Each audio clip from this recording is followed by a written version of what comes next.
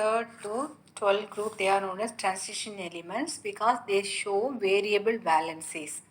You know what do you mean by valency? Valency is the capacity of combining. So one element can combine with how many other elements, that shows that valency. And also valency shows that number of electron loses, number of electron gain and number of electron share give the valency of the particular element. So combining capacity of an element is known as valency. That is okay. How do you calculate valency? How many electron one element lose, how many electron one element gain, or how many electron one element can share give the valency of the particular element. So if you see this, for valency and valency electron, everything in this periodic table, there is a unity is there. So how does that, what are the details we'll get from this valency and valency electron? Before seeing that, what do you mean by valency? Valency is the combining capacity of an element. What do you mean by valency electron? Valency electron is outermost electrons. So if you see there, hydrogen, one atomic number, so it has one electron. So the electronic configuration is K1. In K, only one electron is there. So it is present in group 1. And it is present in which period? One period. Why it is present in one period? Because it has only one shell. So it is present in one period and it has only one valence electron. So it is present in first group. Next element, helium, atomic number 2, so that it has 2 electrons. So the 2 electrons are present in K shells. So we know that K shell can accommodate 2 electrons. So the 2 electrons are completely, shells are completely filled. K shells are completely filled. So that it is present in group 18. Group 18 are known as noble gas group or zero group or inert gas group. Why does it known as noble gas group or zero group? Because noble gas has completed configuration. It has electronic configuration is completely filled. Outermost shell is completely filled, so that it has in noble gases and it is known as inert gas because it will not react with any other element and it is present in elemental state also. So that it is known as zero group. So that it is known as zero group. The valency of all inert gas is known as zero. Why the valency of inert gas is zero? Because it is completely filled configuration. So no electron can accommodate. So helium has duplet configuration. Remaining other element and all octet configuration. Helium alone what configuration? Duplet. What do you mean by duplet? 2 electron. Remaining other and all octet.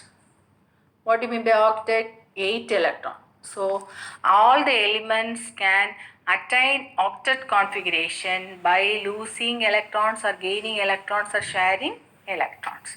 That's what first basic.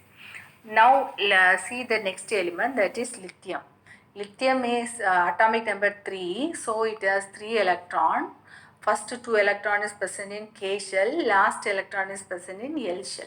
So it has how many shells? 2 shells. It has 2 shells, so that it is present in second period. It has 1 valence electron, so that it is present in group 1. So how many number of valence electrons are there? It belongs to that particular element, belongs to that period. How many shells are there? It belongs to the particular period.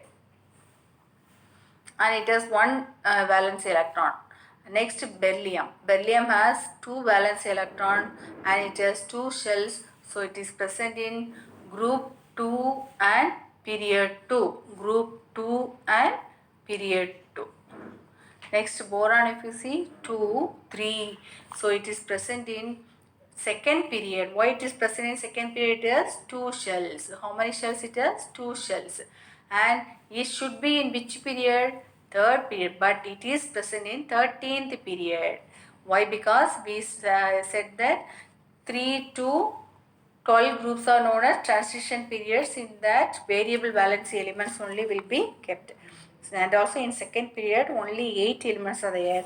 First 2 elements are present in first group and second group.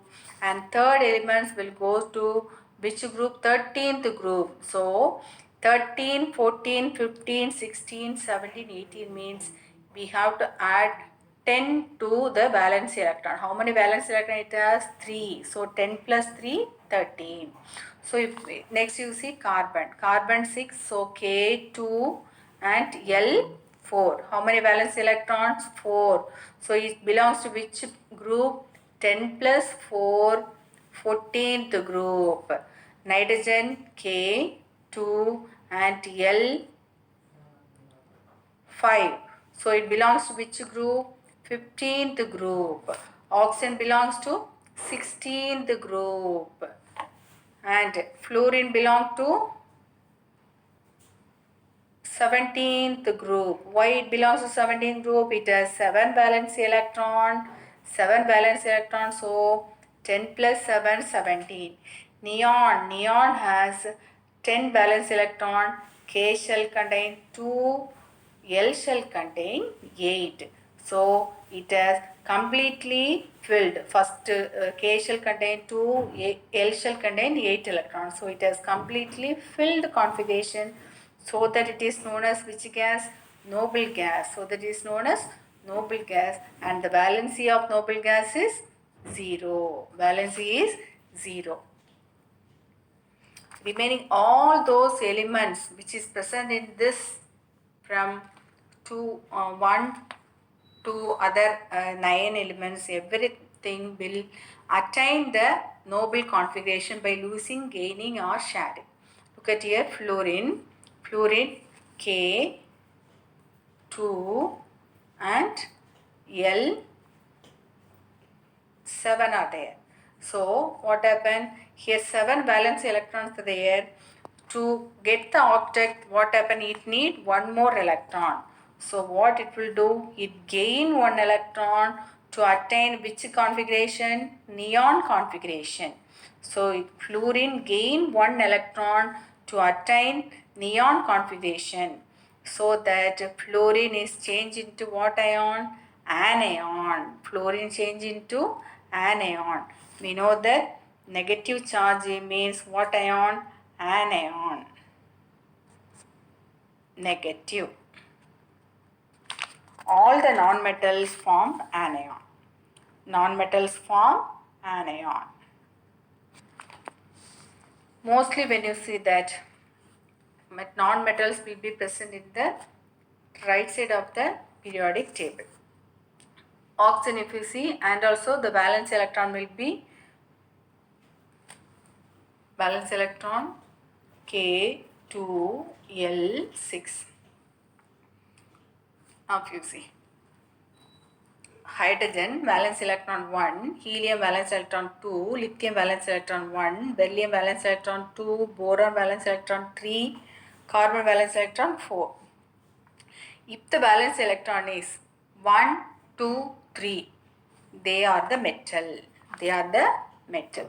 So boron, it comes under metalloids. Why boron comes under metalloids? Because boron has the properties of metals and non-metals. So boron is the metalloid. Next you see this. Carbon has 4 valence electron, nitrogen 5, oxygen 6, fluorine 7. So they all are non-metal. So if the valence electron is 1, 2, 3 means they are the metal.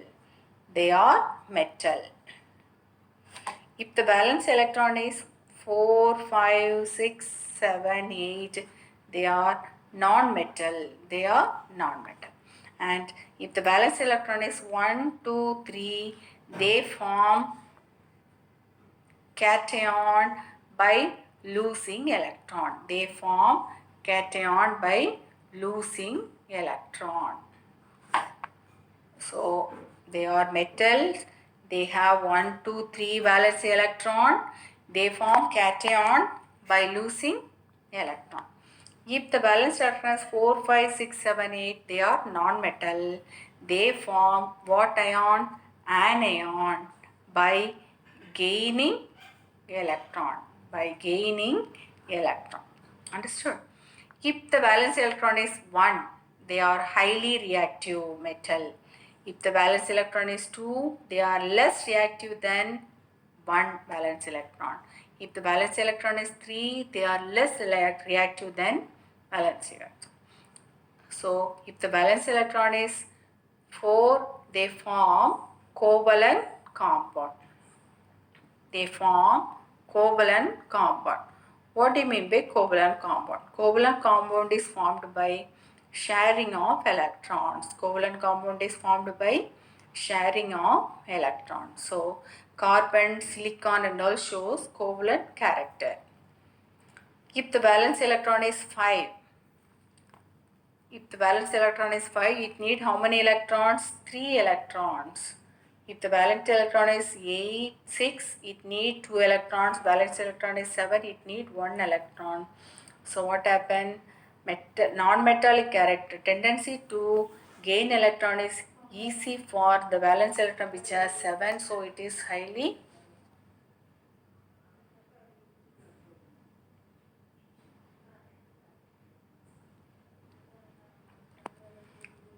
tendency to lose electron, gain electron is easy for chlorine because it need only 7. If with the valence electron is 7, it is easy for accept the electron for it. If valence electron is 8 means doesn't want any electron. If 6 means, okay, 2 electrons is need. 5 means 3 electrons is no. So it has to get 3 electrons from 3 other element, or 1 element itself should give 3 electrons. In such a way, it shows variable valencies. So here, this, when you see this, if the valence electron is 7, it shows highly non-metallic character. If the valence electron is 1 means it shows highly metallic character. So when you see this, metal character, non-metallic character, so all those one, how does it vary? How does it vary?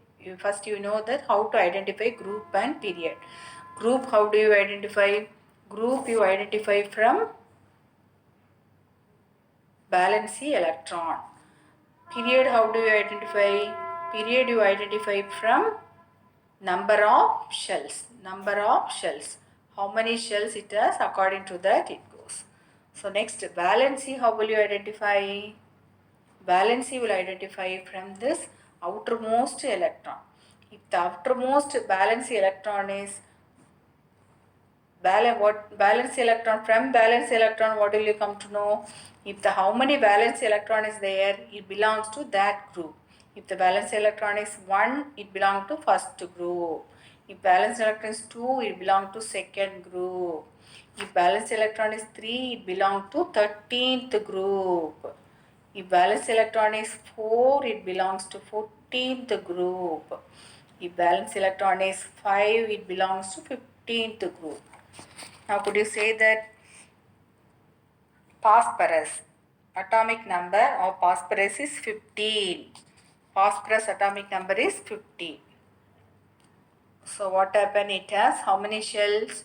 K, 2, L, 8, M, 5. How many shells? 3 shells. So it belongs to which period? Third period. How many valence electron it has? 5 valence electron. So it belongs to 10 plus 5, 15th group. 15th group. Got it, children? How to identify the group and period from this given? Next, valency. If you see this, if the valence electron is 1, that itself is the valency. If the valence electron is 2, that itself the valency. If the valence electron is 3, that itself is the valency. If the valence electron is 4, 8 minus 4, then 4 is the valency. If the valence electron is 5, 8 minus 5, then 3 is the valency. If the valence electron is 6, 8 minus 6, 2 is the valency. So this is the way we have to calculate the valency. And size of the atom. If you see this, lithium has how many shells? 2. Hydrogen has how many shells? 1. Next you see, phosphorus has how many shells? 3 shells, correct? That means KLM. KLM.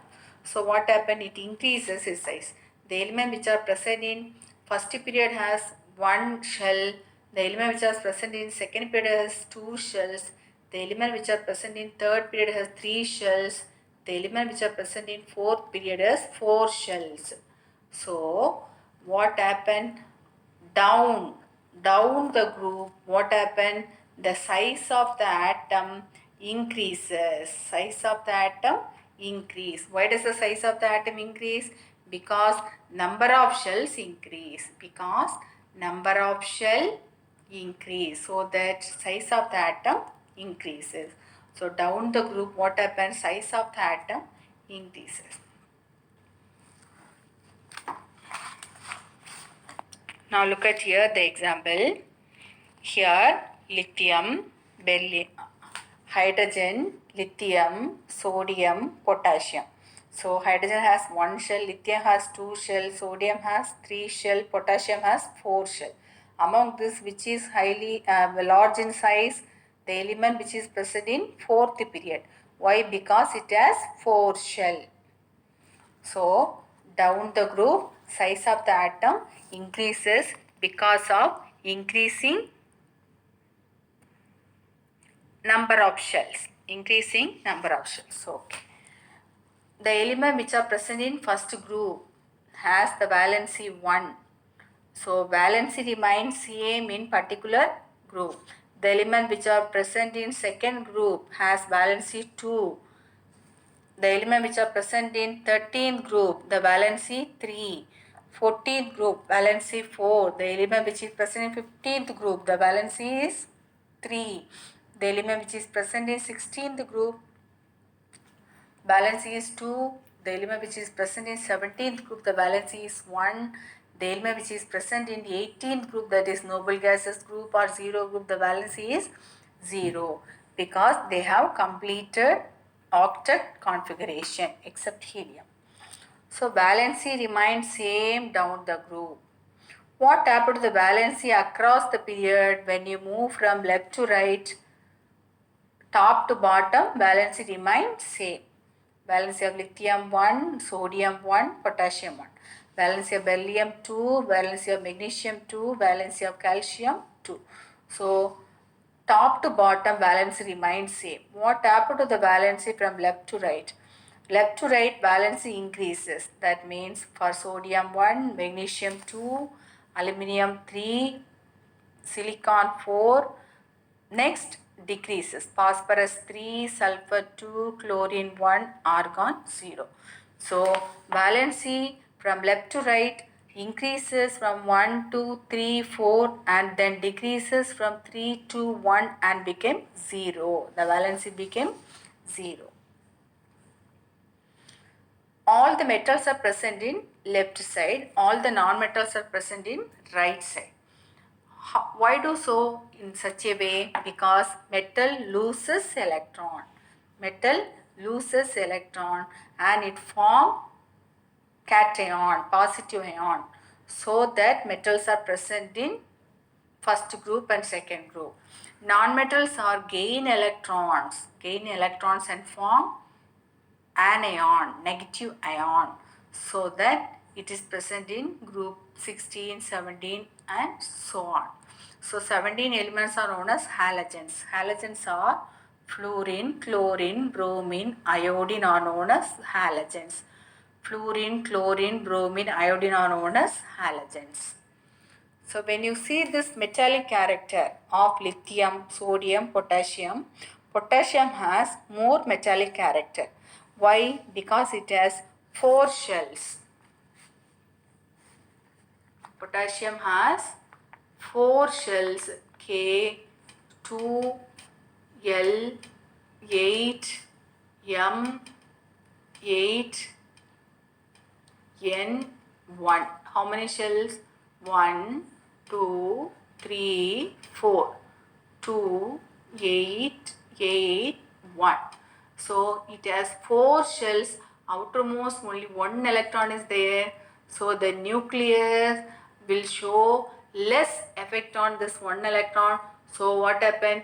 Easily that it will lose. This electron will go easily. So this potassium is highly reactive.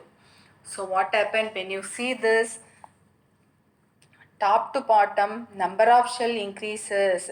So the nucleus has the less power on the outermost shell, so that it is highly reactive. Top to bottom metal shows highly reactive. Top to bottom metal shows metallic character increases. What happened to the metallic character from left to right or across the period? Metallic character decreases. Why? Because one electron is there, one electron will go, two electron is there. It takes little energy to move another more electron. Three electrons are there, outermost shell. So it takes much more energy to release three electrons. So the tendency to lose electron decreases from left to right. That word is very important, children. The tendency to lose electron is difficult from left to right.